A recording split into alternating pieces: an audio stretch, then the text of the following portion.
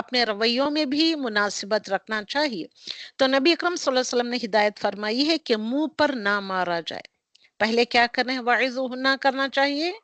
اس کے بعد وَهْجُرْنَ فِي الْمَضَاجِعِ کرنا چاہیے، اپنے بیڈز الگ کر لینا چاہیے.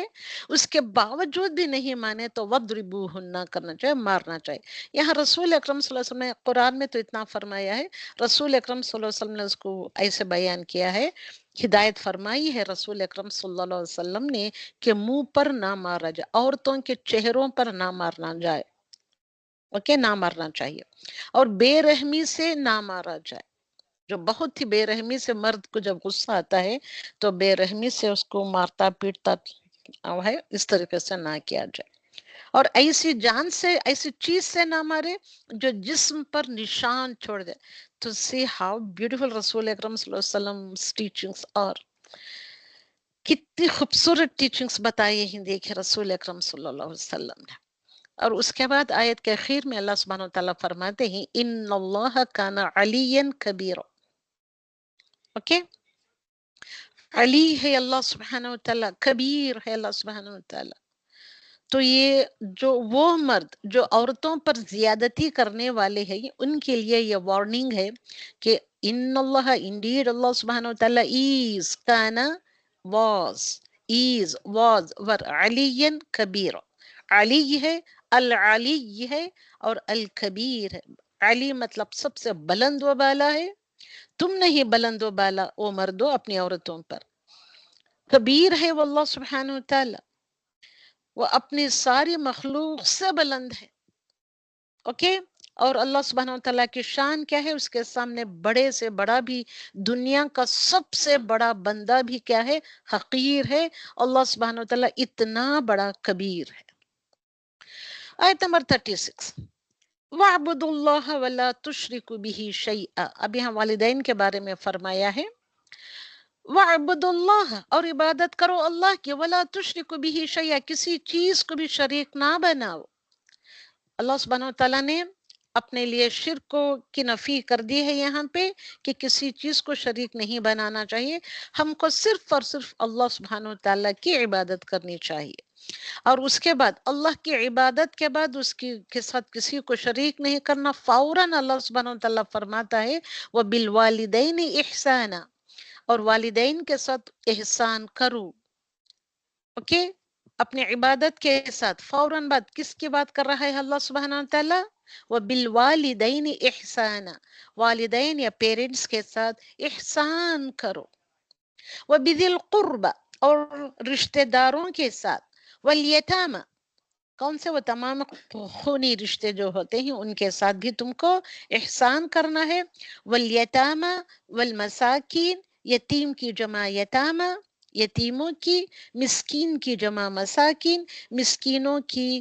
وَالْجَارِ ذِي الْقُرْبَى، اور رشتہ دار اگر وہ رشتہ دار تمہارے پڑوسی بھی ہیں، پڑوس تو کوئی بھی ہو سکتا ہے، نیبر کوئی بھی ہو سکتا ہے. اگر تمہارا neighbour if he is your relative تو اس کا حق اور بھی بڑھ جاتا ہے. وَجَارِ الْجُنْبِ وَالصَّاحِبِ بِالْجُنْبِ، اوکے، اور اجنبی پڑوسی، اور جار دا پڑوسی، الجنوبی والصاحبی بالجنب. اوکے، پہلو کے ساتھی کی. کون ہے پہلو کے ساتھی؟ مرد کے لیے عورت، عورت کے لیے مرد. اور وابن السبیلی، اور مسافر کے ساتھ بھی. احسان کس کس کے ساتھ کرنا ہے؟ اللہ سبحانہ وتعالیٰ نے نمبر وائز فرما دیا ہے. وَمَا مَلَكَتْ أَيْمَانُكُمْ، اور تمہارے وہ باندیاں، لونڈیاں جن کے تم مالک ہوتے. إِنَّ اللَّهَ لَا يُحِبُّ مَنْ كَانَ مُخْتَالًا فَخُورًا. تو اللہ سبحانہ وتعالیٰ فرماتے ہیں بے شک اللہ سبحانہ وتعالیٰ، ان اللہ لا يحب، نہیں محبت کرتا، بے شک اللہ سبحانہ وتعالیٰ نہیں محبت کرتا.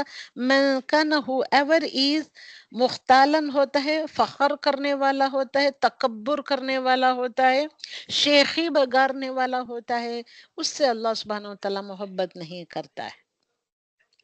مختالن خود پسند، جو اپنے آپ کو خود پسندی، اپنے آپ کو جو خود پسند بنا لیتا ہے، اس سے بھی محبت نہیں کرتا. فخورا، جو بہت فخر کرنے والا ہے، اس سے بھی محبت نہیں کرتا. وَاعْبُدُوا اللَّهَ وَلَا تُشْرِكُوا بِهِ شَيْئًا، بندوں پر یہ اللہ کا حق ہے، اللہ سبحانہ وتعالیٰ نے بتا دیا. ہم سب اللہ سبحانہ وتعالیٰ کے بندے ہی، تو ہمارا حق کیا ہے اللہ سبحانہ وتعالیٰ پر؟ وَاعْبُدُوا اللَّهَ، اسی کی عبادت کرنا ہے. ساتھ میں وَلَا تُشْرِكُوا بِهِ شَيْئًا، اس کے ساتھ کسی کو شریک نہیں ٹھہرانا ہے. اور یہ تو ہو گیا دا رائٹس آف اللہ سبحانہ وتعالیٰ، اوکے، کہ اسی کی عبادت کرنے. نا what are the rights of the people, بندوں کے حق کیا ہیں؟ تو بندوں میں آتے ہیں سب سے پہلے وہ بالوالدین احسانا، والدین آتے ہیں. خالق کا بعد والدین کو درجہ دینا. تمہارے حسن سے لے کے تمہارے دا بیسٹ کمپینین شپ کے حقدار کون ہیں؟ تمہارے والدین. وہ زیادہ مستحق ہیں تمہارے والدین. اوکے اوکے کہ بھئی وَبِذِي الْقُرْبَى، اس کے بعد والدین کے ساتھ. اس لیے اللہ سبحانہ وتعالیٰ فرماتا ہے کہ جن کے ساتھ احسان کرنے کو اللہ سبحانہ وتعالیٰ نے اپنے عبادت اور اطاعت کے ساتھ بیان کیا ہے، اور ان کے شکر کو اپنے شکر کے ساتھ ملا دیا ہے. تو والدین کا شکر بھی ادا کرنا ہے، اوکے، ان کے ساتھ احسان سلوک بھی کرنا، احسان کے ساتھ سلوک کرنا ہے. تو اللہ سبحانہ وتعالیٰ نے اپنے اطاعت کے ساتھ ساتھ اس کے شکر کی، اپنے شکر کے، یعنی کہ کن لوگوں کے شکر کو اپنے شکر کے ساتھ ملا لیا ہے کہ دوز آر دا پیرنٹس، وہ والدین ہوتے ہیں. اتنا بڑا درجہ ہے والدین کا. اس کے بعد وَبِذِي الْقُرْبَى وَالْيَتَامَى وَالْمَسَاكِينَ. تو الحمدللہ یہاں ابن القیم فرماتے ہیں صلہ رحم یہ نہیں ہے کہ رشتہ داروں کو سال میں چھوڑ دیا جائے کہ وہ بھوک اور پیاس اور برہنگی سے تباہ ہو رہے ہیں. برہنگی یعنی کہ ننگے پن سے، مطلب کپڑے نہ ہونے کی وجہ سے. ان کا رشتہ دار بہت زیادہ مالدار ہو، جبکہ اس کے رشتہ دار بہت زیادہ مالدار ہیں، اس کے دوسرے رشتہ دار بھوک اور پیاس سے تڑپ رہے ہیں، وغیرہ وغیرہ. اور صلہ رحمی اور اندر آیتوں میں بھی اللہ سبحانہ وتعالیٰ فرماتا ہے یہ واجب ہے، واجب ہے. دس از یہ مسٹ کمپلسری ہے کہ خواہ رشتہ دار کافر ہی ہوں تو ان کے ساتھ تم کو تب بھی صلہ رحمی کرنا ہے. اس کا دین اس کے ساتھ، اور صلہ رحمی کرنے کا دین اس کے ساتھ ہے. تمہارا دین تمہارے لیے ہے، اس کا دین اس کے لیے ہے، مگر صلہ رحمی کرنا چاہیے. رشتہ دار کو صدقہ کرنے پر صلہ رحمی کا بھی اجر ملتا ہے.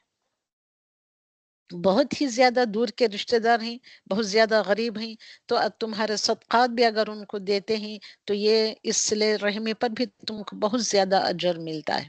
اوکے، نبی اکرم صلی اللہ علیہ وسلم نے فرمایا ہے کہ بے شک مسکین آدمی کو صدقہ دینا صرف صدقہ ہے. معمولی انسان کو، جو غیر انسان ہوتا ہے، اس کو صدقہ دینا وہ صدقہ ہے، جبکہ قرابت دار کو صدقہ دینا صدقہ بھی ہے اور صلہ رحمی بھی ہے. دو باتیں اس میں شامل ہو جاتے ہیں. اور اس کے بعد یتیم اور مسکینوں کا خیال رکھنے کے لیے کہا ہے. تو الحمدللہ اگر تم دل کو نرم کرنا چاہتے ہو تو مسکین کو کھانا کھلاؤ، اوکے، اور یتیم کے سر پر ہاتھ رکھو، دیٹ از دا حدیث. اور اس کے بعد وجاری ذی القربہ، ہمسائے کے ساتھ، جار از دا نیبر، ہمسائے کے ساتھ حسن سلوک کرنا ہے، کیونکہ قرابت والے ہمسائے سے مراد رشتہ دار ہمسایہ ہے.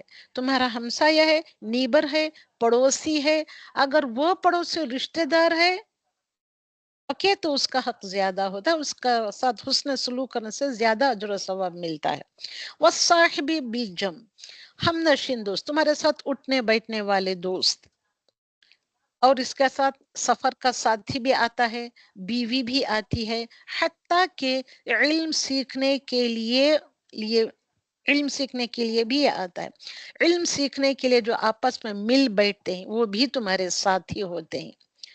اوکے، علم سیکھنے کے لیے آنے والے یا کاروباری سلسلے میں بھی پاس آ بیٹھنے والے، اس میں سب مراد ہیں یہ. اوکے، ہمسائے کو عزت دینے سے اپنے آپ کو بچانا ہے. اوکے، حسن اخلاق اور اچھی ہمسائیگی شہروں کو آباد کرتی ہے اور عمر میں اضافے کا سبب بنتی ہے. اور مسافر وابن السبیل، مسافر میں مہمان بھی شامل ہیں. جو تمہارے گھر مہمان آ جاتے ہیں، مسافر ہوتے ہی مہمان بن کر شامل ہوتے ہیں، مہمان بن کر آتے ہیں، تو وہ بھی اس میں آ جاتے ہیں. تو اللہ سبحانہ وتعالیٰ کن لوگوں سے محبت نہیں کرتا ہے؟ جو فخر و غرور میں رہتے ہیں اور خود پسندی کا شکار ہوتے ہیں. تو یہ مسلمانوں کے اوصاف نہیں ہوتے ہی، تو ایک دوسرے پر فخر نہ جتانا چاہیے ہم لوگوں کو. آیت نمبر 38، 37 کے بعد 38، والذین ينفقون اموالهم رئاء الناس.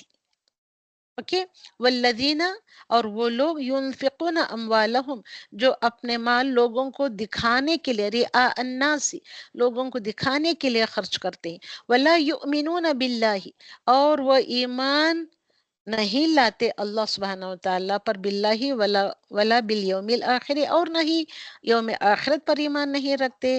ومن، اور جو کوئی، یکن الشیطان، اور جس کسی کا شیطان ساتھی ہو، لہو قرینہ، ساتھی ہو، تو فساء قرینہ، تو وہ بہت ہی برا ساتھی ہوتا ہے.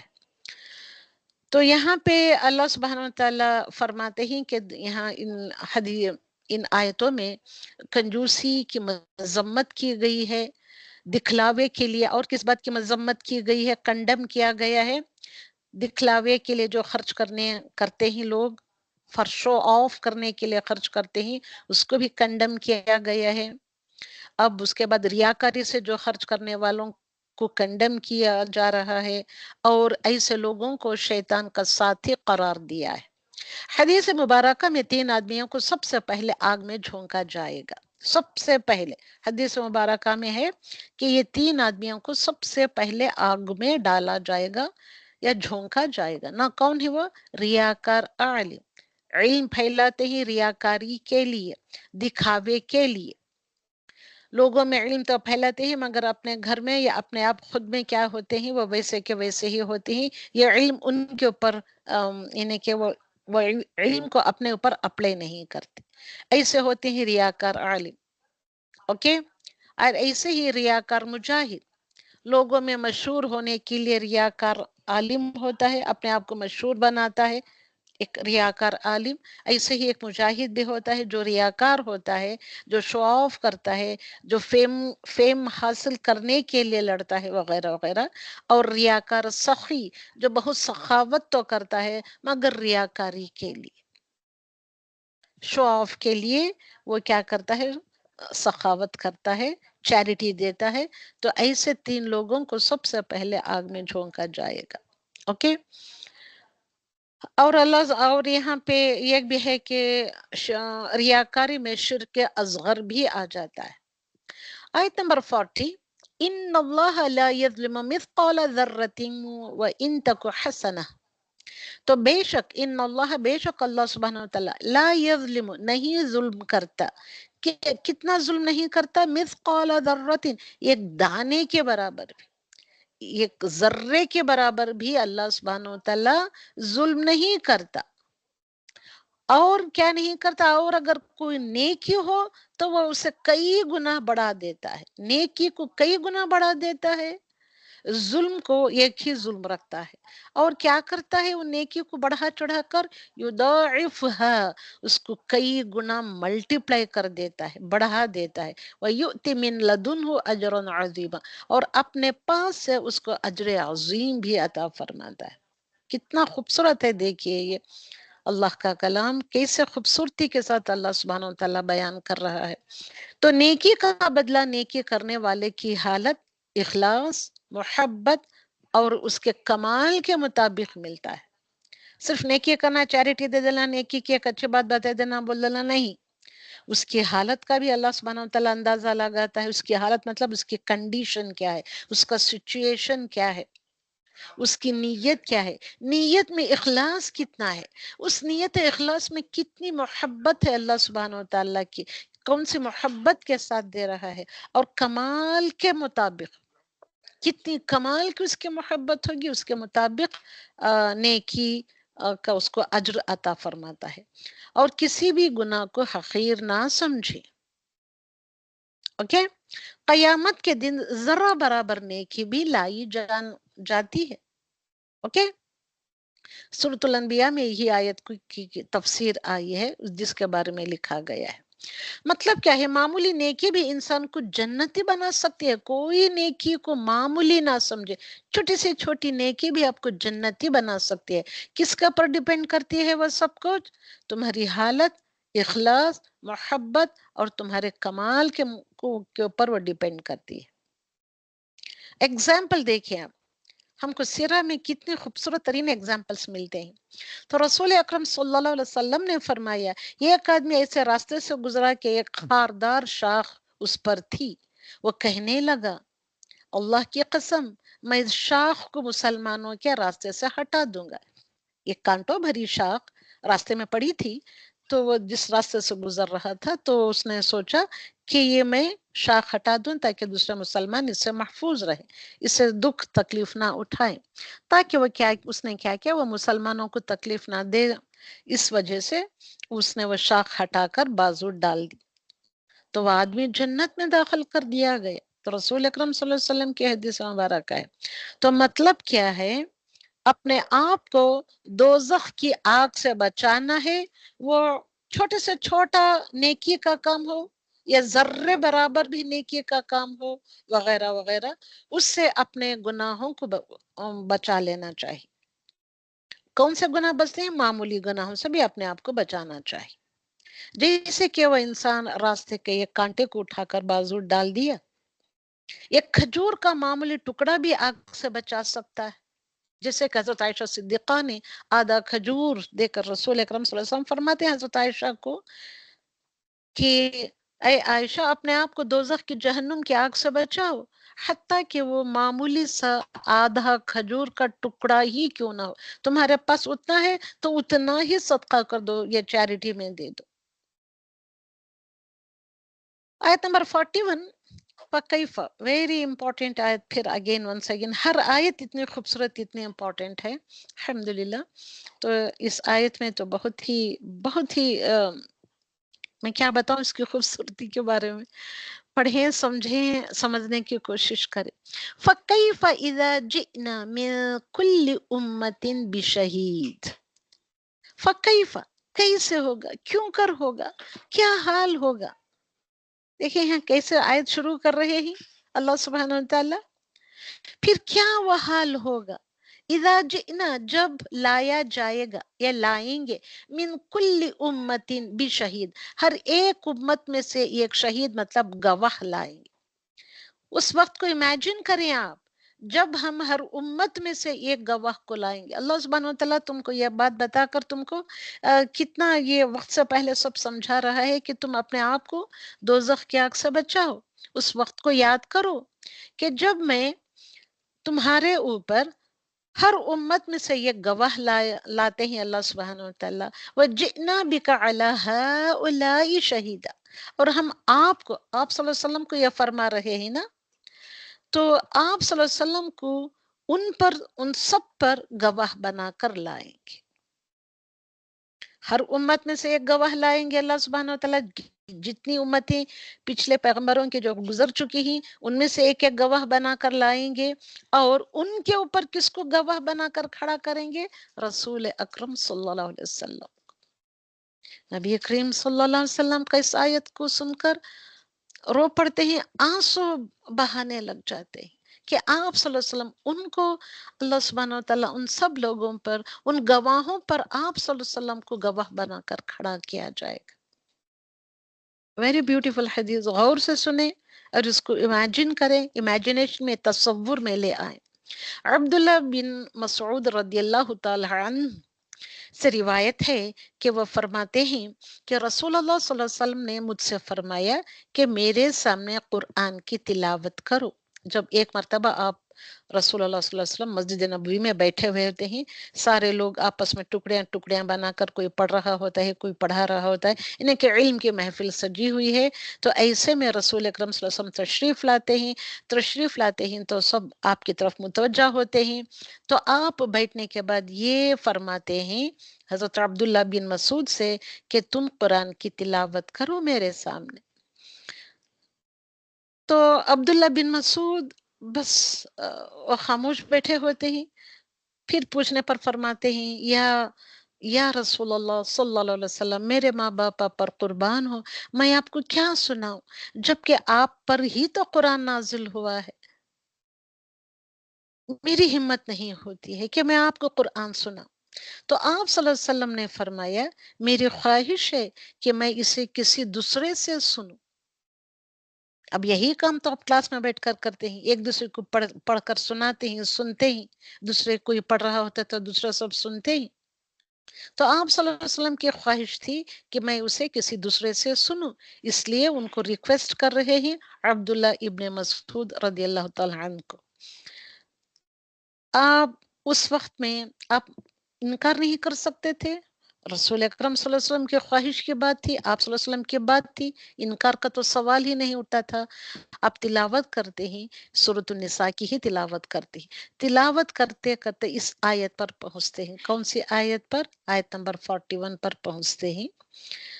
تو فَكَيْفَ إِذَا جِئْنَا مِن كُلِّ أُمَّةٍ بِشَهِيدٍ وَجِئْنَا بِكَ عَلَى هَؤُلَاءِ شَهِيدًا۔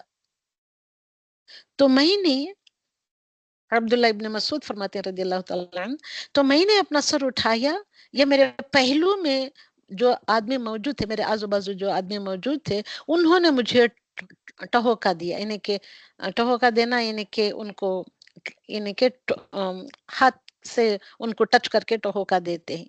تو میں نے اپنا سر اٹھایا تو میں نے دیکھا کہ آپ صلی اللہ علیہ وسلم کے آنسو بہ رہے۔ اب کوئی آیت اتنی بھاری پڑ گئی، کیوں؟ سوچیں آپ بھی کہ آپ صلی اللہ علیہ وسلم کو ان سارے لوگوں پر گواہ بنا کر لائیں گے، تو وہ ان کے تو اپنے تیرے لوگ ہیں، اس طریقے سے ان کے خلاف گواہی دیں گے۔ اور آپ سوچیں ہم سب پر بھی وہ گواہی دینے کے لیے لائے جائیں گے، تو کیسے گواہی دیں گے؟ ہمارے رسول ہمارے خلاف کیسے گواہی دیں گے، جبکہ ہم دنیا میں رہ کر یہ کام کر رہے ہیں؟ برداشت ہوگا آپ صلی اللہ علیہ وسلم سے؟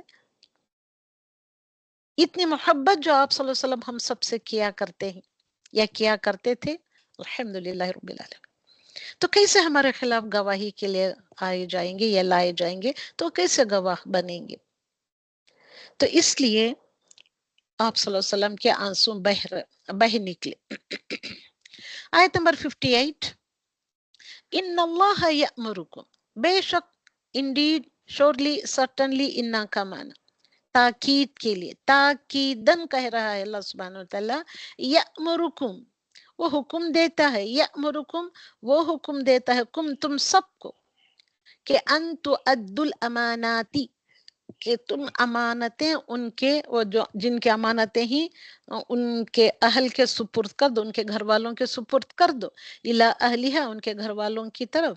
وَإِذَا حَكَمْتُمْ، اور جب تم لوگوں کے درمیان، یعنی کہ حکم جب تم عدل کے ساتھ، انصاف کے ساتھ فیصلے کرو، بین الناس، لوگوں کے درمیان، ان تحکموا بالعدل، تو عدل کے ساتھ یا انصاف کے ساتھ فیصلے کرو، انصاف کی بات کرو۔ ان اللہ، انڈیڈ اللہ سبحانہ وتعالیٰ، بے شک اللہ سبحانہ وتعالیٰ، نعم ما یعظکم بہ، اللہ سبحانہ وتعالیٰ بہت ہی عمدہ، نعم، بے حد خوبصورت، یعنی کہ عمدہ، بہترین نصیحت کر رہا ہے تم کو، یعظکم بھی، ان آیتوں کے ساتھ، ان باتوں کے ساتھ تم کو بہترین نصیحت کر رہا ہے۔ ان اللہ، انڈیڈ اللہ سبحانہ وتعالیٰ، کانا از سمیعا بصیرا، سمیع ہے، always all hearing، بصیرا always all seeing، بے شک خوب خوب سننے والا ہے اور خوب دیکھنے والا ہے۔ تم جو بات کرتے ہو، جو تم انصاف کی بات کرتے ہو یا نہ کرتے ہو، اوکے؟ اب تم کو تمہاری امانتیں دی گئی ہیں، یعنی کہ تمہارا شوہر تمہاری امانت، تمہارے بچے تمہاری امانت، تمہارے بھائی بہن، ماں باپ وغیرہ وغیرہ، اور تم، یہ تو ہو گئی بڑی امانتیں۔ اس کے علاوہ جو کوئی بھی تم کو امانتیں دیتا ہے رکھنے کے لیے، تو ان کی امانتیں ان کے اہل کے سپرد کر دینا چاہیے۔ کیسے؟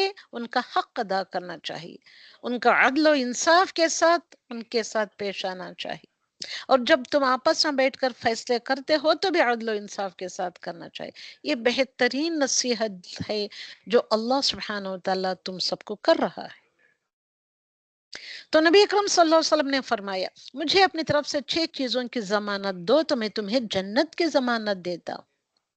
جب پوچھتے ہی لوگ یا رسول اللہ دعا کریں کہ ہم کو جنت میں جگہ مل جائے وغیرہ وغیرہ، مجھے جنت میں جانا ہے، جنت کی گارنٹی دے. ضمانت دینا مطلب گارنٹی دے ہم کو جنت کی. تو آپ صلی اللہ علیہ وسلم کیا فرماتے ہیں کہ اے اصحاب کہ تم مجھے 6 باتوں کی گارنٹی دو تو میں تم کو جنت کی گارنٹی دیتا ہوں. وہ 6 باتیں کیا ہیں؟ ان میں کیا ہے؟ یہی باتیں آ رہی ہیں. جب بات کرو تو سچ بولو، سچ کے علاوہ کوئی بات نہیں کرنا، ادھر ادھر کی بات نہیں کرنا ہے. وعدہ کرو تو پورا کرو. Number 2 second point. Number 3 point is جب امین بنایا جائے یعنی کہ امین بنایا جاتا ہے، یعنی کہ امانت داری تم کو سونپی جاتی ہے تو امانت کا حق ادا کرو. امانت دیکھیے آپ کی آنکھیں بھی آپ کے لیے اللہ سبحانہ وتعالیٰ نے آپ کو امانت کے طور پر دی. آپ کا دل، آپ کا دماغ، آپ کے ہاتھ پاؤں ابھی دوسرے کی طرف کیوں جائے؟ انہی چیزوں کی تو باتیں ہو رہی ہیں. اللہ سبحانہ وتعالیٰ نے ان سب چیزوں کو آپ کو دیا ہے ایز این امانہ. تو اس امانت کو ہم کو کیا کرنا ہے؟ امانت داری کے ساتھ اس کو برتنا ہے. مگر ہم نہیں، سب میں ڈنڈی مار رہے ہیں. آنکھیں دی ہیں تو ہم قرآن کے علاوہ ہر کوئی چیز دیکھتے ہیں، پڑھتے ہیں، سوچتے ہیں، سمجھتے ہیں. دماغ از آلسو an امانت فرام اللہ سبحانہ وتعالیٰ. تو کیا ان تمام باڈی پارٹس کا ہم حق ادا کر رہے ہیں؟ کیونکہ these are all the امانت given by اللہ سبحانہ وتعالیٰ to all of us. ہم سبوں کو دیے ہیں اللہ سبحانہ وتعالیٰ. میری آنکھیں مجھ کو دی ہیں تو میں فلمیں دیکھوں، یوٹیوب کو نہاروں، فوراً کیا کہتے ہیں اس کو، وہ کیا کہتے ہیں، چھوٹی چھوٹی فلمیں جو آتی ہیں وہ دیکھتی رہوں، فوراً پلٹا پلٹا کر انگلی سے ہٹا ہٹا کر دیکھتی رہتی ہوں. جو پسندیدہ سی چیز مل جاتی ہے دیکھ لیتی ہوں، اس پر کھل کھل اٹھتے ہیں آپ. تو یہ انگلیاں اس لیے دی ہیں آپ کو کہ آپ ان انگلیوں سے وہ کام کرو، یا اپنی انگلیوں سے قرآن کے پیجز کو پلٹاؤ، اپنی انگلیاں قرآن کی آیتوں کے اوپر رکھ کر آپ پڑھتے رہو. زبان دی ہے پڑھنے کے لیے، بات کرنے کے لیے. سچ بولنا ہے تو ہم کو اللہ اور رسول کی بات کہنی ہے، سچ بات کہنی ہے. جب بھی ہم کسی سے وعدہ کرتے ہیں تو اس کو پورا کرنا چاہیے، وعدہ کر کے چھوڑ دینا نہیں چاہیے. اور اس کے ساتھ ساتھ رسول اکرم صلی اللہ علیہ وسلم فرماتے ہیں، یہ ساری آپ کو قرآن کی آیتوں میں مل جائیں گی جس کو رسول اکرم صلی اللہ علیہ وسلم نے یہاں فرمائے. میں نے اس کو یہاں پوائنٹ ٹو پوائنٹ لکھ کر ڈالا ہے. اور اپنے شرم گاہوں کی حفاظت کرو. کیا نہیں پڑھا تھا ہم نے پہلے کی پچھلے آیتوں میں؟ اپنے شرم گاہوں کی حفاظت کرنی چاہیے. Okay, guard your private parts. اور اپنی نظروں کو بچاؤ. زبان کو بچانے کے لیے کہا، نظروں کو بھی بچانے کے لیے یہاں پہ کہہ رہے ہیں. اور اپنے ہاتھوں کو روک لو، مطلب زیادتی کی چیزوں سے، ناحق کی چیزوں سے، امانت میں خیانت کرنے سے بچنے کے لیے اپنے ہاتھوں کو روک لو. تو ان تمام 6 چیزوں کی اگر تم نے گارنٹی دی مجھے تو میں بھی تم کو گارنٹی دیتا ہوں جنت کی. آیت نمبر 59 یا ایھا الذین آمنوا. جب بھی یہ آیت آتی ہے آپ کو فوراً ہوشیار ہو جانا چاہیے کہ کیا کہہ رہا ہے اللہ سبحانہ وتعالی. کیا کہہ رہا ہے؟ اے وہ لوگ جو ایمان لائے ہو، اطیعوا اللہ و اطیعوا الرسول وَأُولِي الْأَمْرِ مِنْكُمْ. 3 باتیں آ گئی. نمبر 1 is the اطیع اللہ، نمبر 2 is the اطیع الرسول. اللہ کی اطاعت کرو. It's a commandment. کیوں commandment ہے؟ Because this ayat is starting from the Ya ayyuhalladhina amanu. So it's a great commandment. It is an obligation upon all of us. یہ فرض ہے ہم سبوں پر کہ ہم کو اللہ کی اطاعت کرنا ہے. اس کے بعد وہ اطیع الرسول، رسول صلی اللہ علیہ وسلم کی اطاعت کرنی ہے. وہ اولی الامر منکم. یہاں ایک ٹکڑا ایڈ کیا گیا سورۃ النساء میں، آپ کو ملتا ہے یہ کہ اپنے سرداروں کی، امر منکم اولی الامری، جو حکومت رکھتے ہیں، جو اختیار اپنے ہاتھ میں رکھتے ہیں، منکم تم میں سے. اب ہم میں سے ہی کوئی لیڈر بنتا ہے یعنی کہ حکومت کا سربراہ بنتا ہے تو اس کی بھی تم کو کیا کرنا ہے؟ اطاعت کرنی ہے. فَإِن تَنَازَعْتُمْ. اگر تمہارے درمیان کوئی تنازع والی چیز آ جائے، کوئی اختلاف والی چیز آ جائے، کوئی ڈفرینس آف اوپینین والی چیز آ جائے فی شیئن کسی چیز میں، فردوہ الی اللہ والرسول، تو فوراً اس کو کس کی طرف پلٹانا ہے؟ اللہ اور اس کے رسول کی طرف لے جانا ہے، اس کو پھیر دینا ہے اس اختلاف والی بات کو۔ مگر نہیں، ہم میں جو بھی اختلاف آتا ہے ہم اپنے انداز سے اس کو سنبھال لیتے ہیں، اپنے انداز سے فیصلے کر لیتے ہیں، ہم اللہ اور رسول کے فیصلوں کو دیکھنے نہیں جاتے۔ یہاں اللہ سبحانہ وتعالیٰ تم کو کمانڈ کر رہا ہے، اٹ از این obligation، فرض ہے، سمجھے اس بات کو آپ۔ ان کنتم تؤمنون باللہ والیوم الآخر، اگر ہو تم مؤمن، ایمان لانے والے ہو، اور تم اللہ پر ایمان رکھتے ہو، والیوم الآخر پر ایمان رکھتے ہو، ذالک خیر، ذالک یہ ہے وہ بہتر چیز، وہ احسن تأویلا، اور انجام کے اعتبار سے بھی بہت ہی زیادہ اچھی بات ہے۔ اوکے، تو رعایا کے لیے حکام جو ہوتے ہیں، اب ہم جس حکومت میں رہتے ہیں، اور عمرہ کی اطاعت کا حکم اللہ یہ کہ وہ اللہ کے نافرمانی کا حکم دے۔ اوکے، اطاعت ہم کو کرنا ہے کون سے کاموں میں؟ اپنے امیر کی، اپنے لیڈرز کی، اپنے منسٹرز کی کرنی ہے۔ اطاعت صرف معروف کاموں میں ہوتی ہے، جو کوئی بھی ہے اگر حکم دیتا ہے جس میں اللہ اور اس کے رسول کی حکم عدولی نہ ہو تو ہم کو فوراً بجا لینا چاہیے۔ اگر ہمارے حکام، ہمارے عمرہ، لیڈرز وغیرہ وغیرہ جو ہم کو حکم دے جس میں اللہ یا رسول کی نافرمانی ہے، نافرمانی کی طرف لے چلتی ہے، تو بھی ہم کو ان کا حکم نہیں ماننا چاہیے۔ یہ باتیں اس آیت میں بیان کی گئی ہیں۔ اور اوکے، تو معروف کاموں میں اطاعت ہوتی ہے، اوکے، غیر معروف کاموں میں اطاعت نہیں۔ اطاعت صرف نیکی کے امور میں ہے۔ تو رسول اللہ صلی اللہ علیہ وسلم نے فرمایا ہر مسلمان کو لازم ہے، it is compulsory, it is واجب اپن ایوری مسلم، کہ وہ ہر کام میں خواہ اسے پسند ہو یا نہ پسند، سماع و طاعت بجا لائے۔ اوکے، حکومت یہ ہم کو آرڈر دے رہی ہے، ہم کو نہیں پسند ہے، مگر ہم کو سماع کرنا چاہیے، سننا چاہیے، اطاعت اور we have to be obedient. ہاں، شرط یہ ہے کہ وہ اللہ اور اس کے رسول کے خلاف نہ ہو، بشرطے کہ اسے کسی معصیت کا حکم نہ دیا گیا ہو۔ معصیت مطلب نافرمانی کا حکم نہ دیا گیا ہو، اور اگر اسے کسی معصیت کا کام کا حکم دیا گیا ہو تو اس میں سماع و طاعت نہیں ہے۔ So it is clean and clear to you all now. الحمدللہ۔ آیت نمبر 65، فَلَا وَرَبُّكَ لَا يُؤْمِنُونَ حَتَّى يُحَكِّمُوكَ فِيمَا شَجَرَ بَيْنَهُمْ۔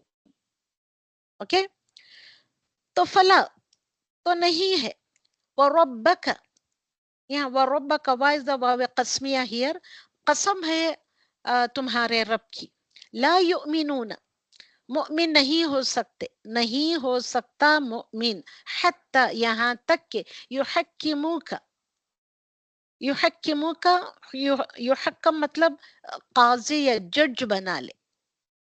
یہ سچے مومن ہو ہی نہیں سکتے جب تک کہ اپنی کسی فیما شجر بینہم، تمہارے آپس میں کوئی شجر آ گئے ہے، کوئی اختلاف والی بات آ گئی ہے، تو اختلاف والی باتوں کو کے درمیان اپنے معاملے میں آپ کو کس کو؟ اللہ اور اس کے رسول کو منصف یعنی کہ جج نہ مان لے، نہ بنا لے۔ اوکے، ثم پھر کیا کرنا ہے؟ تو دین لا یجدوا فی انفسہم، اور جس کے درمیان اختلاف ہے، پھر یہ اپنے دلوں میں اس فیصلے سے، انفسہم اپنے دلوں میں اس فیصلے سے جو آپ نے کیا ہے، یعنی کہ اللہ رسول کا جو فیصلہ ہے تمہاری کسی بات پر، تو کوئی اس فیصلے پر تمہارے دلوں میں کوئی تنگی نہ آئے، حرجہ نہیں آئی، تنگی نہ ہو، کوئی کروکیڈنس نہ آئے، یہ میری مرضی کے خلاف یہ فیصلہ ہے اللہ اور رسول کا، میں اس کو نہیں مانتا، نہیں کہنا چاہیے۔ تو کوئی جو بھی فیصلہ ہے تمہارے معاملوں میں، وہ فیصلہ لینا ہے اللہ اور رسول صلی اللہ علیہ وسلم کا، لوٹا دینا ہے ان کی طرف۔ اوکے، وَيُسَلِّمُوا تسلیما، یہ اس کو پوری طرح تم کو دل و جان سے اس کو معلوم تسلیم کر لینا ہے، سبمٹ کر دینا ہے ان فیصلوں کے اوپر۔ تو مومن ہونے کی 3 شرطیں بیان کی گئی ہیں یہاں پہ یہ سارے رکوع میں، کہ یہاں پہ حتی یحکموک فیما شجر بینہم. شجرہ here it is not the tree but it is here the situation، جو بھی آپ کی یہ ہوتی ہے، بات ہوتی ہے، آپس کی بات. تو حتی یہاں تک کہ یحکموک کا مطلب آپ کو اور رسول صلی اللہ علیہ وسلم آپ کو اپنا حکم نہ مان لے. حکم مطلب قاضی، قاضی، جج وغیرہ وغیرہ. اوکے، تو جو بھی فیصلہ آتا ہے، جو بھی معاملہ آتا ہے، شجرہ مطلب معاملہ، ڈیلنگز یا واٹ ایور اٹ میں بھی، تو جو بھی بات ہوتی ہے تو تم کو کس کو بنانا ہے، تمہارے جھگڑوں کے فیصلے کس کے پاس لے جانا ہے، کون سے فیصلے کو دیکھنا ہے، رسول اکرم صلی اللہ علیہ وسلم کے پاس لے جائے. آپ صلی اللہ علیہ وسلم کے فیصلوں کو دیکھے. اس زمانے میں آپ بقید حیات تھے تو لوگ آپ صلی اللہ علیہ وسلم کے پاس لے جایا کرتے تھے. آج آپ نہیں ہیں صلی اللہ علیہ وسلم، تو ہم ان کے فیصلوں کو دیکھنا چاہیے. تو اس کے بعد رسول اکرم صلی اللہ علیہ وسلم یا اللہ سبحانہ وتعالیٰ کے فیصلے پر تمہارے دل میں کوئی تنگی نہ ہو، تم کو تنگی محسوس ہی نہیں کرنا ہے. تو جو بھی فیصلہ ہم نے کیا ہے اکارڈنگ ٹو رسول اللہ صلی اللہ علیہ وسلم اینڈ اللہ سبحانہ وتعالیٰ. اوکے، تو آپ صلی اللہ علیہ وسلم کے حکم کے آگے کوئی کچھ نہ کہے، کچھ نہ بولے. آیت نمبر 69 پھر وہی وَمَن يُطِعِ اللَّهَ وَالرَّسُولَ، وہ آیت کنٹینیو ہوتے ہیں، نیکسٹ آیت میں جو کنٹینیو ہوتی ہے.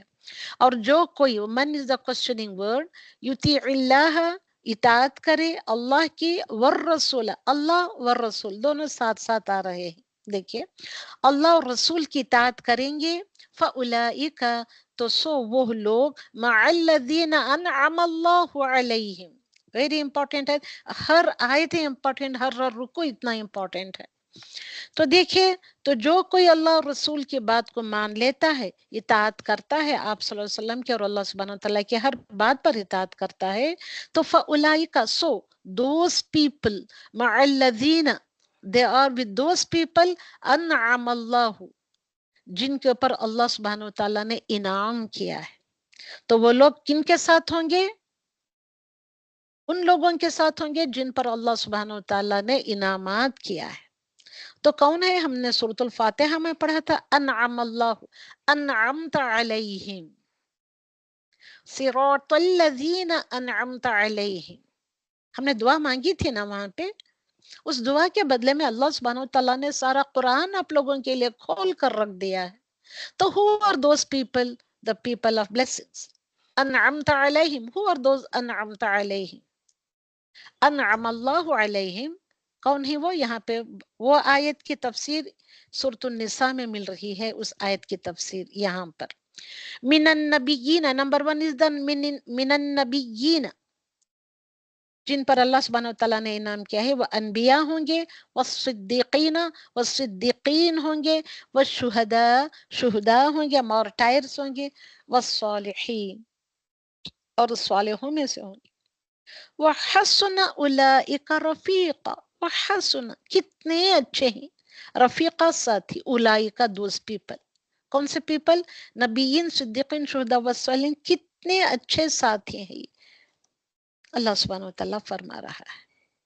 اوکے، تو صدیق سے مراد کون ہے؟ میں نبیین کی بات نہیں کر رہی ہوں کہ نبیین کو آپ سبھی جانتے ہیں، انبیاء کو آپ جانتے ہیں. صدیقین، صدیق سے مراد صدق، جو سچائی سے، جو بہت سچا ہو، جو کبھی جھوٹ نہ بولے. صدق کی عادت کی وجہ سے اس سے جھوٹ ناممکن ہو جاتا ہے. صدق مطلب سچائی کی وجہ سے وہ اپنے اعتقاد میں بھی، اپنے عقیدے میں بھی سچا ہو، اپنے قول میں سچا ہو، اور اپنے فعل میں سچا ہو کر سچا ثابت کر بتائے اپنے کاموں. وہ ہوتا ہے صدیق، بغیر شک و شبہ کے دین کی تصدیق کرنے والا، رسول اکرم صلی اللہ علیہ وسلم کی تصدیق میں صبغت کرنے والا. ایگزامپل از ابو بکر الصدیق رضی اللہ تعالی عنہ. تو ہو دا شہداء، شہید کی جمع شہداء ہوتا ہے، جنہوں نے اللہ سبحانہ وتعالیٰ کے راستے میں جان دی. تو اوکے. صالحین سے مراد کون ہیں؟ وہ لوگ ہیں جو ہر طرح عقیدے و عمل کے اعتبار سے صالح ہوتے ہیں اور درست رہتے ہیں اور ہر قسم کے فساد و ظلم سے جھگڑوں سے محفوظ رہتے ہیں. اللہ اور اس کے رسول کی اطاعت کا انعام ایسے لوگوں کو ملتا ہے. مع الذین انعم اللہ، مع الذین those they are with them. کون ہیں؟ with the Anam Allah, they are with the people انبیاء صدیقین شہداء والصالحین. انعم اللہ، اللہ کی نعمت ان پر ہوئی ہے. اوکے. اس لیے صحابہ اکرام رضی اللہ تعالیٰ عنہم کو رسول اللہ صلی اللہ علیہ وسلم کے ساتھ رہنے کا شوق، آپ سے محبت، آپ کی اطاعت بجا لینا، آپ کا اتباع کرنے کا بہت زیادہ شوق و محبت تھا. اوکے. آیت نمبر 82. افلا یتدبرون القرآن، ویل فیمس سے آیت آ گئی. ہر ایک آیت ویل فیمس ہے جو آپ کو میں یہاں آپ کو جو پڑھ کر سنا رہی ہوں. اگلا رکو. افلا، کیا بھلا نہیں، کیا بھلا نہیں، یتدبرون القرآن، قرآن میں تدبر نہیں کرتے، غور و فکر نہیں کرتے. سبوں کے لیے ہے یہ question. See, this is a question. حمزۃ الاستفہام کوسچننگ ورڈ سے سٹارٹ ہو رہی ہے. کیا بھلا یہ قرآن میں غور و فکر نہیں کرتے، تدبر نہیں کرتے. وَلَوْ كَانَ مِنْ عِنْدِ غَيْرِ اللَّهِ، اور اگر اللہ کے علاوہ، اللہ کے سوائے، غیر اللہ، اللہ کے علاوہ یا غیر اللہ کو، لَوَجَدُوا، اس کی طرف کسی، یہ اللہ کے علاوہ کسی اور کی طرف سے ہوتا، فیہ، اس میں، اختلافاً کثیرا، تو یہ ضرور اس میں بہت زیادہ اختلاف پاتے. تو اس لیے یہ قرآن میں نو اختلافات. تو کیا تم غور و فکر سے کام نہیں لیتے؟ کیونکہ دس قرآن از اونلی فرام اللہ سبحانہ وتعالی. اگر یہ کسی غیر اللہ سے ہوتا، ادر دین اللہ سبحانہ وتعالی سے ہوتا، if this قرآن is، تو اس کے اندر اختلافات پاتے بہت زیادہ. تو قرآن میں تدبر کے بغیر قرآن کا فہم، the understanding of the قرآن حاصل نہیں کیا جا سکتا. اوکے. حسن بصری رحم اللہ فرماتے ہیں کہ اللہ کی قسم، تدبر یہ نہیں ہے کہ اس کے حروف کی تو حفاظت کی جائے اور اس کے حدود کو، اس کے لیمٹس کو، یعنی معانی کو ضائع، ویسٹ آف کر دیا جائے. اس کا معنی یہ نہیں ہے. تجوید کو آپ سیکھ کر چلو، حروف کی صحیح ادائیگی کر لیتے ہو، حروف کی حفاظت، پروٹیکٹ بھی کرتے ہیں آپ، مگر معنی کو ویسٹ آف کر دیتے. یہ نہیں ہے تدبر. یہاں تک کہ ان میں سے یہ کہتا ہے کہ میں نے سارا قرآن پڑھ لیا، حالانکہ قرآن کا کوئی اثر اس کے اخلاق پر نہیں دکھائی نہیں دیتا، نہ ہی اس کے عمل میں. حفاظ اکرام جو بچوں کو حافظ بنا کر نکالتے ہیں، کھیپ تیار ہو کر مدرسوں سے نکلتے ہیں، سارا قرآن تو پڑھ لیتے ہیں، مگر کیا قرآن کا اثر ان کے چہروں سے، ان کے جسموں سے، ان کی عادت و اخلاق سے چھلکتا ہے؟ ان کے اخلاق میں تم پاتے ہو، دکھائی دیتا ہے؟ ان کے عمل میں قرآن کی عمل میں پاتے ہیں قرآن کو؟ الحمدللہ رب العالمین. تدبر وہ نہیں ہے، کون کہہ رہی؟ میں نہیں کہہ رہی ہوں، حسن بصری رحم اللہ فرما رہے ہیں. صرف تلاوت قرآن کو کافی نہ سمجھنا. چلو میں نے حرفوں کو اچھے سے سیکھ لیا تجوید کے ذریعے سے، صرف قرآن کی تلاوت کرتی رہوں گی، but no understanding of the Quran, no implementation of the Quran in our lives ہے، تو دیٹ قرآن از بیکار چلا جاتا ہے. اوکے. تو سبھی چیزیں، تدبر، غور و فکر، امپلیمنٹیشن اور اس کا پھیلانا، these are all the rights of the قرآن، سب ایک ساتھ چلنا چاہیے. تو من یشفع شفاعتا حسنتا یکن لہ نصیب، تو جو کوئی، آیت نمبر 85، تو جو کوئی اچھی سفارش کرے گا اس کے لیے اس میں سے ایک حصہ ہوگا، اور جو کوئی بری سفارش کرے گا اس کے لیے بھی اس میں سے ایک حصہ ہوگا. تو سفارش اچھی ہو یا بری، تو یہ کیا ہے، آپ کو اس میں سے ایک حصہ آپ کو ضرور ملے گا. اوکے. وَكَانَ اللَّهُ عَلَى كُلِّ شَيْءٍ مُقِيتًا، مقیتا مطلب نگہبان ہے اللہ سبحانہ وتعالی. ہر چیز پر نگہبان ہے. اوکے. اب یہاں پہ دیکھیے شفاعہ حسنہ ایک ہوتی ہے، شفاعہ سیئہ ایک ہوتی ہے. سیئہ بری سفارش، حسنہ اچھی سفارش. اوکے. اچھی سفارش سے مراد لوگوں میں صلح کروانا ہے. بری سفارش سے مراد لوگوں میں چغل خوری کا عمل کو رواج دینا. چغل خوری کے ساتھ وہ ساری چیزیں آ جاتی ہیں. اوکے. اوکے کیا بھائی؟ تو نبی اکرم صلی اللہ علیہ وسلم کے پاس جب کوئی سائل آتا یا آپ سے کسی چیز کا سوال کیا جاتا تو آپ صحابہ سے فرماتے تم سفارش کرو، اس کا تمہیں ثواب ملے گا. اور اللہ جو چاہتا ہے اسے نبی صلی اللہ علیہ وسلم کی زبان سے جاری کرا دیتا ہے یا فیصلہ کرا دیتا ہے. اسی طرح اگر کوئی شخص چور کی سفارش کر کے اسے چھڑاتا ہے اوکے عدالتوں میں، یا پھر چوریاں کرتا ہے تو سفارش کرنے والے کو بھی اس کے گناہ سے حصہ ملتا رہے گا. It is just like that. آیت نمبر 86. تو الحمدللہ وَإِذَا حُيِّتُم بِتَحِيَّةٍ فَحَيُّوا بِأَحْسَنَ مِنْهَا. اوکے. جب تم کوئی حُيِّتُم، جب تم کسی کو سلام کرتے ہو تو سلامتی کی دعا دیے جاتے تو تم بھی اس سے زیادہ فَحَيُّوا، پس سلام کا جواب دے، بِأَحْسَنَ، اس سے زیادہ اچھی دعا دو. اوکے. او یا نہیں تو ردوہا، یا اس کو لوٹا دو. جو بات کہتا ہے اتنا ہی لوٹا دو. السلام علیکم، وعلیکم السلام، اتنا ہی لوٹا دو. جو کوئی سلام تم کو کرتا ہے تو تم کو اس کو اچھی دعا دینی چاہیے. السلام علیکم کوئی کہتا ہے تو تم کو وعلیکم السلام ورحمۃ اللہ کہنا چاہیے. اگر کوئی یہ کہتا ہے السلام علیکم ورحمۃ اللہ، تم کو اس سے بھی اچھی دعا دینی چاہیے کہ فَحَيُّوا بِأَحْسَنَ مِنْهَا. اوکے. وعلیکم السلام ورحمۃ اللہ وبرکاتہ کہنا چاہیے. یا تم کو دینے نہیں ہو رہا ہے اور ردوہ، تو تم جو اس نے سلامتی کی دعا ڈالی اسی کو تم لوٹا دو. ان اللہ کان علی کل شیء حسیبا. ہر اللہ سبحانہ وتعالی بے شک without any doubt ہر چیز کا خود حساب لینے والا ہے. تو سلام کا جواب دینے کی کتنی اہمیت ہے. السلام اللہ کے ناموں میں سے ایک نام ہے جسے اللہ سبحانہ وتعالی نے زمین میں نازل کیا، اس کو آپس میں پھیلایا. اللہ سبحانہ وتعالی نے اپنے سلام اپنے بیوٹیفل سے ایٹریبیوٹ کو زمین میں ڈالا، پھیلایا لوگوں میں.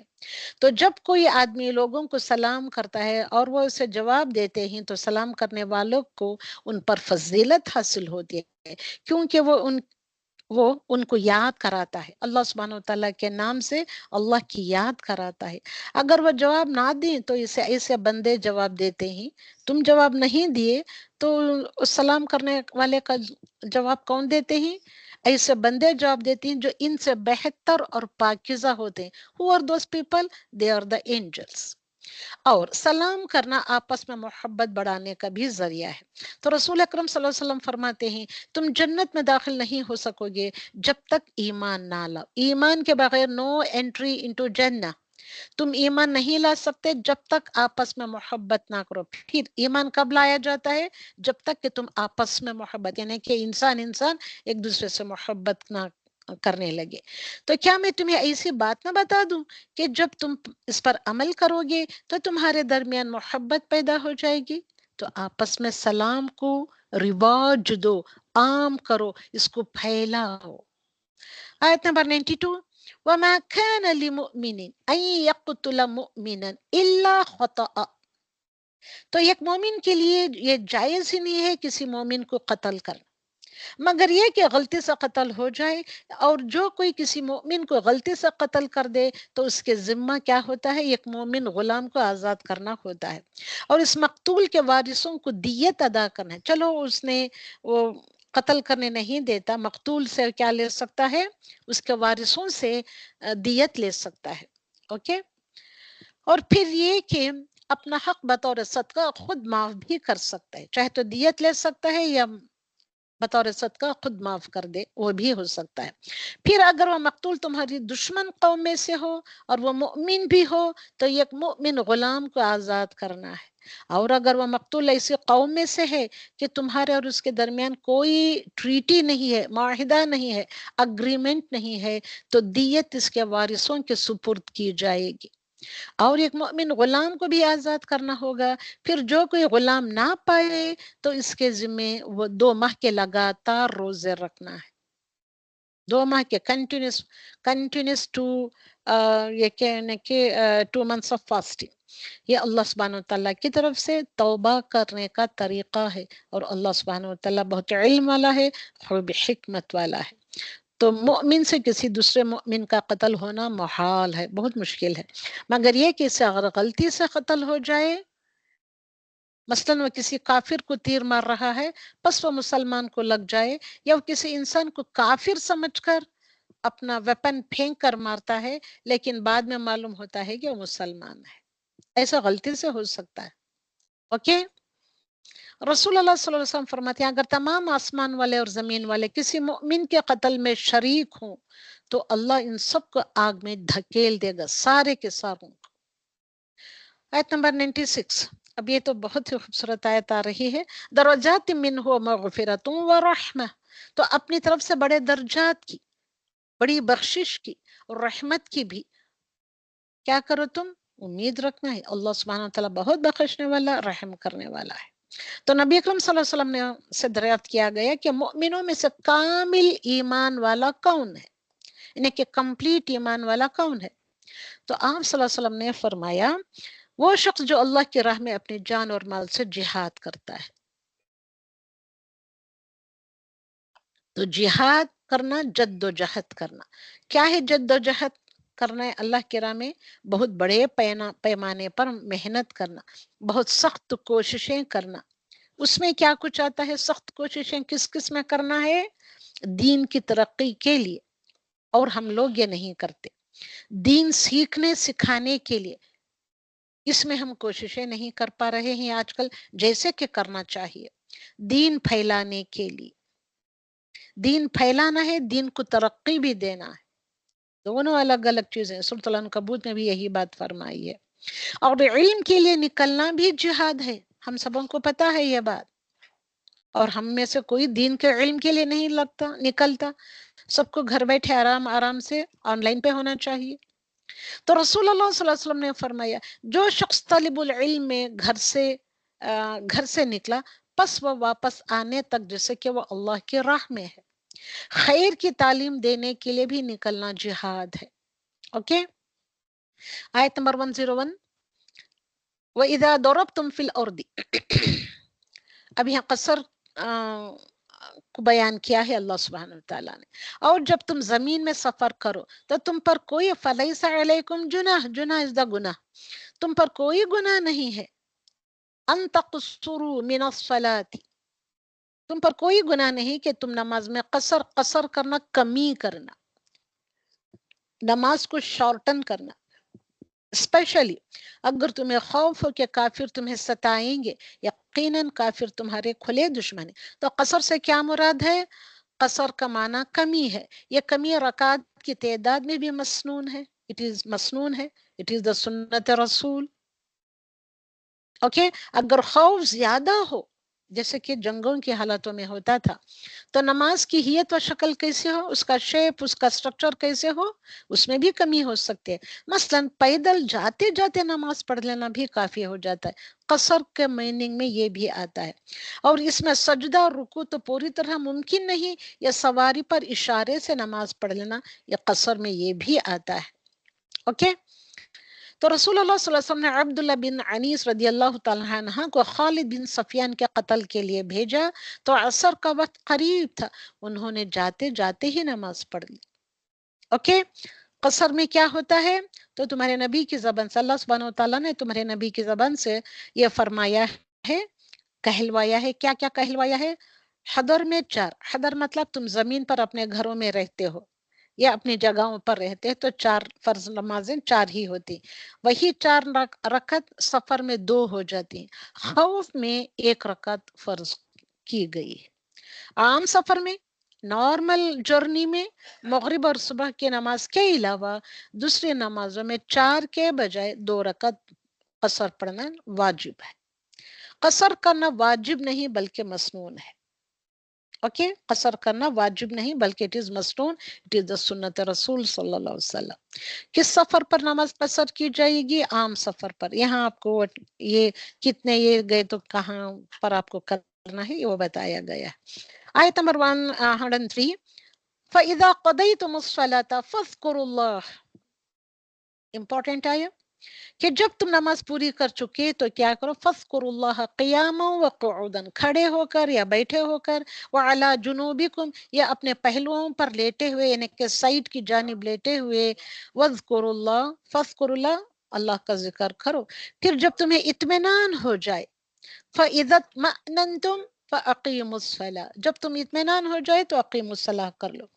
تو ان الصلاۃ، امپورٹنٹ آیت، اس کو نوٹ ڈاؤن کریں، آپ میمورائز کریں اس کو۔ ان الصلاۃ، انڈیڈ دا صلاح، كانت على المؤمنين، it is upon the mu'min، كتابا موقوتا، it is ordained، pre-ordained، on the fixed timings، کتابا موقوتا، مقررہ اوقات میں یہ فرض ہے۔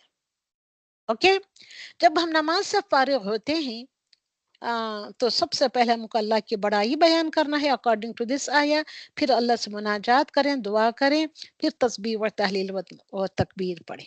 اوکے، تو نماز کی جگہ پر بیٹھے رہنے کا ثواب، بیٹھے بیٹھے ہم تسبیحات پڑھتے ہیں، تسبیح و تحلیل پڑھتے ہیں تو فرشتے بھی ہمارے ساتھ دعا کرتے ہیں۔ تو فرشتوں کی دعا کیا ہوتی ہے؟ اللہم اغفر لہ، اللہم ارحم، اوکے، اللہم ارحم، ہاں کو بھی پروننس کرنا چاہے۔ تو یہ آیت کا یہ ٹکڑا، ان الصلاۃ کانت علی المؤمنین کتابا موقوتا، نماز کو مؤخر کرنے کی مذمت کی گئی، اس کو بہت کنڈم کیا گیا۔ اوکے، نماز کا چھوڑنا ایمان سے محرومی ہے۔ قیامت کے دن سب سے پہلا نماز کا ہوگا، اس لیے کتابا موقوتا ہے، and the fixed timings، تمہارے لیے نماز has been ordained یا obligated۔ جس نے نماز ترک کی اس کا کوئی دین نہیں ہوتا ہے۔ 114، لا خیر فی کثیر من نجواہم، ان کے اکثر نجوا مطلب سرگوشی، وسپرز میں، آہستہ آہستہ کانوں میں کانا پھوسی جو ہم کرتے ہیں، تو ایسے بہت ساری کانا پھوسیوں میں، سرگوشیوں میں کوئی بھلائی نہیں تھی۔ لا خیر فی کثیر، کوئی بھلائی نہیں ہوتی ہے سوائے اس شخص کے جو صدقہ کرنے یا نیکی کرنے یا لوگوں کے درمیان اصلاح کرانے کا حکم دے۔ ہاں، سوائے کس کے؟ وہ سرگوشی جائز ہے جو صدقہ کرنے کی بات ہے، نیکی کرنے کی بات ہے، یا لوگوں کے درمیان صلح کرنے کی بات ہے۔ اور جو کوئی اللہ کی رضامندی حاصل کرنے کے لیے ایسا کرے گا تو ہم ضرور اسے اجر عظیم سے نوازیں گے۔ اوکے، تو منافق قسم کے لوگ جو راتوں کو الگ بیٹھ کر مشورہ کرتے ہیں، وہ اکثر اوقات بری باتیں ہی سوچتے ہیں جو خیر سے خالی ہوتی ہیں، کیونکہ بھلائی کی بات اور صاف بات، ستھری بات چھپانے کی ضرورت ہی نہیں ہوتی ہے۔ کیا ضرورت ہے صحیح اور سچی بات چھپانے کی؟ کچھ کام چھپا کر کرنے بہتر ہوتے ہیں، جیسے اگزامپل، کچھ کام مثلاً کسی کو صدقہ دے تو چھپا کر دے تاکہ لینے والا شرمندہ نہ ہو، ایکسیٹرا ایکسیٹرا۔ واٹ از دس نجوا؟ نجوا از کچھ لوگوں سے علیحدہ ہو کر صلاح مشورہ جو کرتے ہیں، کانا پھوسی جو کرتے ہیں، آہستہ آہستہ دونوں صرف ایک دوسرے کے کانوں میں کہتے رہتے ہیں، تو نجوا یہ ہوتا ہے۔ صلح کروانا نفلی عبادت سے افضل کام ہے، تو لوگوں کے درمیان صلح کرانا نفیل عبادات جو ہیں، اوکے، اس سے بھی افضل ہے۔ تو نبی اکرم صلی اللہ علیہ وسلم نے فرمایا آپس میں صلح کروانا افضل صدقہ بھی ہے۔ تو آیت نمبر 119، وَلَا أُضْوِلَنَّهُمْ وَلَا أُمَنِّيَنَّهُمْ وَلَا آمُرَنَّهُمْ فَلَيُبَتِّكُنَّ آذَانَ الْأَنْعَامِ وَلَا أُضْوِلَنَّهُمْ، میں ضرور میں اضلّہ کروں گا، دلال میں لے چلوں گا، گمراہی میں لے چلوں گا، مطلب میں ضرور انہیں بھٹکاؤں گا اور میں انہیں خوب امیدیں بھی دلاؤں گا۔ امنینہم، ضرور امیدیں بھی دلاؤں گا۔ ولا آمرنہم فلا یبتکن، اور میں ضرور انہیں حکم دوں گا۔ کیا کس بات کا حکم دوں گا؟ یہ شیطان کا ڈائلاگ ہے یہ۔ تو یہ کیا کہہ رہا ہے؟ وہ میں ان کو یہ بھی حکم دوں گا کہ وہ مویشیوں کے آذان الانعام، انعام از دا مویشی، اوکے، ہرڈ آف اینیملس، ایسا ہرڈ آف اینیملس جس میں اونٹ شامل ہو. اوکے، تو مویشیوں کو، انعام کو میں ان کے کار چیر دیں، یہ بھی میں ان کو حکم دوں گا. اور میں ضرور انہیں حکم دوں گا کہ ضرور اللہ کی تخلیق کو بدل ڈالیں گے. وَلَآمُرَنَّهُمْ فَلَيُغَيِّرُنَّ خَلَقَ اللَّهِ، اللہ کی خلقت بھویں ایسی ہی بنائی ہیں. تو دیٹ از یور شناخت. بالوں کو رنگ کروانا، بھویں کٹوانا، بھویں کو شیپ دینا، یا کانوں کو کاٹ کر اس کو اس میں وغیرہ وغیرہ جو کرتے ہیں آج کل کے فیشن میں وغیرہ وغیرہ. تو اللہ کی جو تخلیق ہے اس کو بدل ڈالتے ہیں.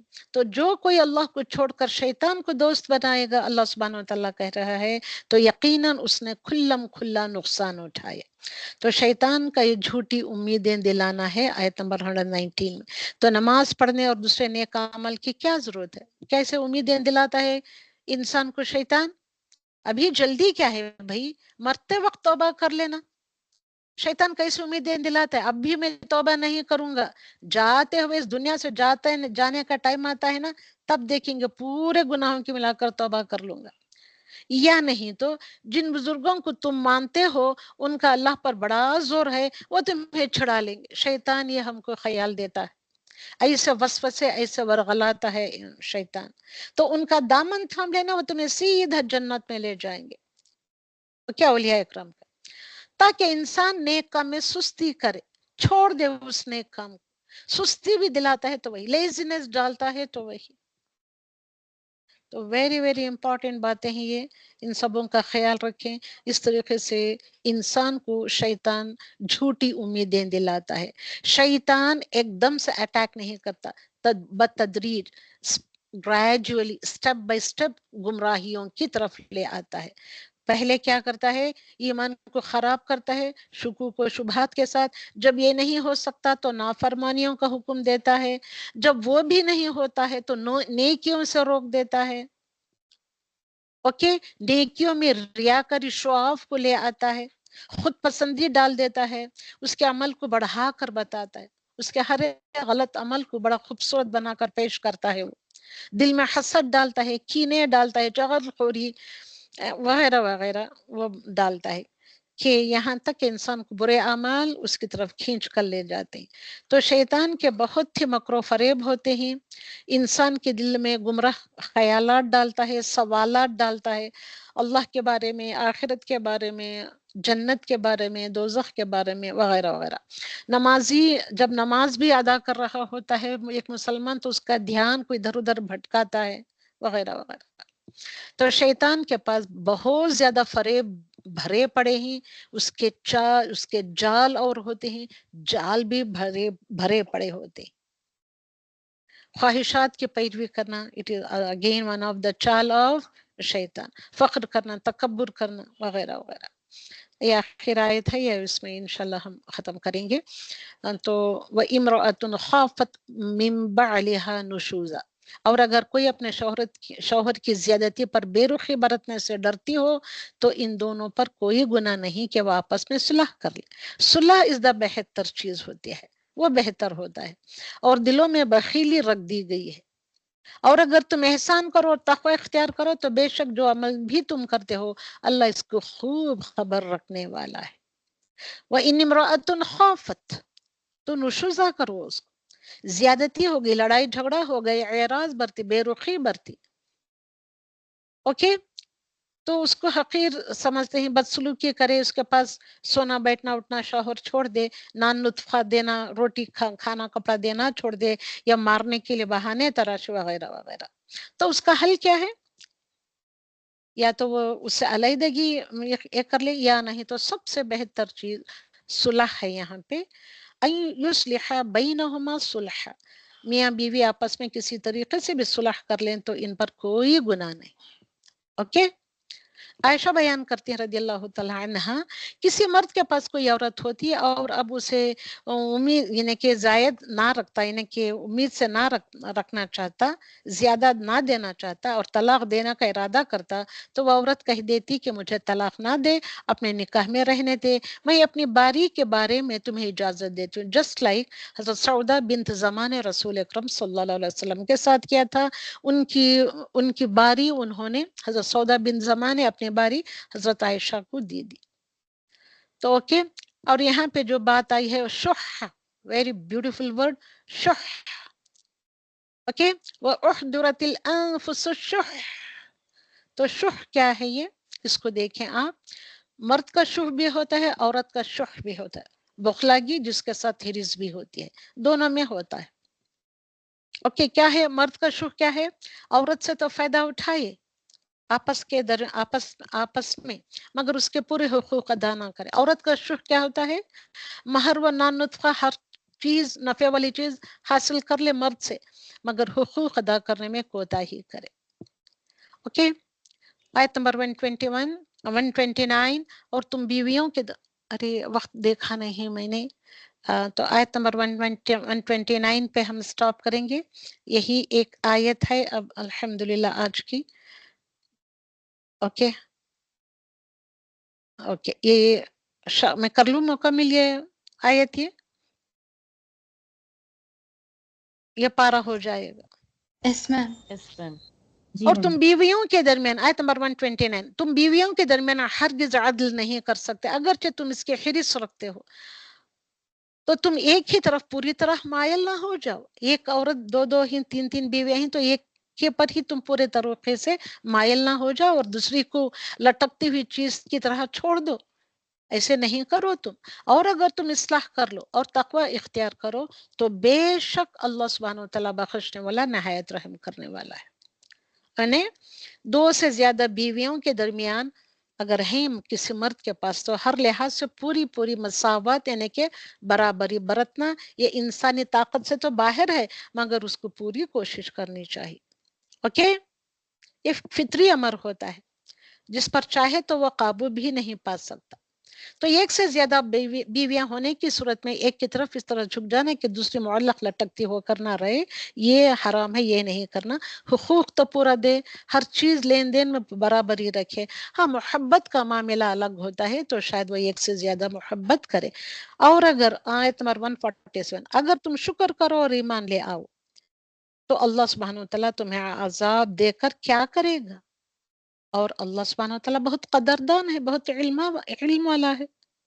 اوکے، اللہ نے شکر کو ایمان سے پہلے ذکر کیا ہے اس آیت میں، ان شکرتم وآمنتم وکان اللہ شاکرا علیم، کیونکہ بندہ نعمتوں کو دیکھ کر شکر ادا کرتا ہے، پھر انعام کرنے والی ہستی پر ایمان لے آتا ہے، تو شکر ایمان کا سبب ہے اور ایمان سے پہلے آتا ہے شکر۔ تو شکر کا فائدہ خود انسان ہی کو ملتا ہے۔ جو شکر ادا نہیں کرتا اور ایمان نہیں لاتا وہ عذاب کا مستحق ہوتا ہے۔ اوکے، ومن شکر فانما یشکر لنفسی، جو شکر ادا کرتا ہے وہ اپنے نفس کے لیے ادا کرتا ہے، اس کا نفس اس سے فائدہ اٹھاتا ہے۔ وآخر دعوانا ان الحمد للہ رب العالمین۔